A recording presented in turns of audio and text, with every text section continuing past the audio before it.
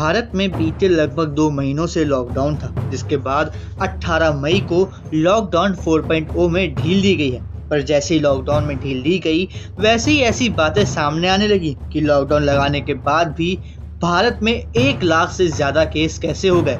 Lockdown करने का कोई फायदा ही नहीं हुआ। पर ऐसा नहीं है। लॉकडाउन की वजह से कोरोना के केस काफी कम सामने आए हैं। हम ऐसा क्यों कह रहे हैं, आइए हम आपको अपनी इस रिपोर्ट में बताते हैं। भारत में पहला कोरोना का केस 30 जनवरी को केरल से आया था, जिसके बाद 1 मार्च तक भारत में कुल कोरोना के सिर्फ 3 केस थे और तीनों केस केरल के थे। उस समय भारत को 1 केस से 100 केस में पहुंचने में 43 दिन का समय लगा, यानी कि 14 मार्च को भारत में 100 केस हो चुके थे। इसके 10 दिन बाद यानी कि 24 मार्च को जब पहली बार लॉकडाउन लगाया गया, उस समय भारत में कुल केस 536 थे। पर 5 दिन बाद यानी कि 29 मार्च को कोरोना के कुल केस 1000 हो चुके थे। इसका मतलब ये था कि लॉकडाउन के 1 हफ्ते के अंदर ही कोरोना केस 2 गुना हो गए थे।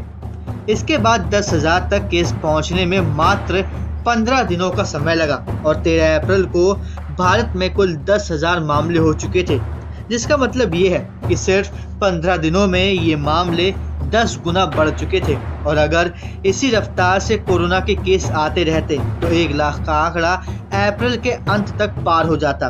पर उस समय लॉकडाउन था तो ये आंकड़ा धीमे धीमे बढ़ा और अप्रैल के अंत तक जहां बिना लॉकडाउन के 1 लाख केस आने वाले थे, वह सिर्फ 35,000 तक ही पहुंचे।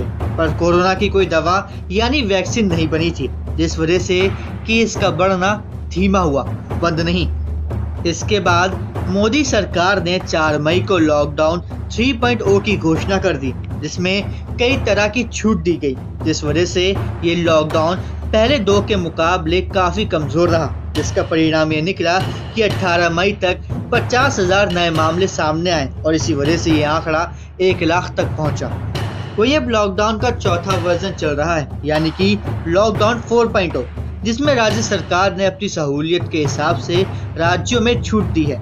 वहीं अब देखना ये है कि दी गई इस छूट से क्या कोरोना के केस में इजाफा होता है या नहीं।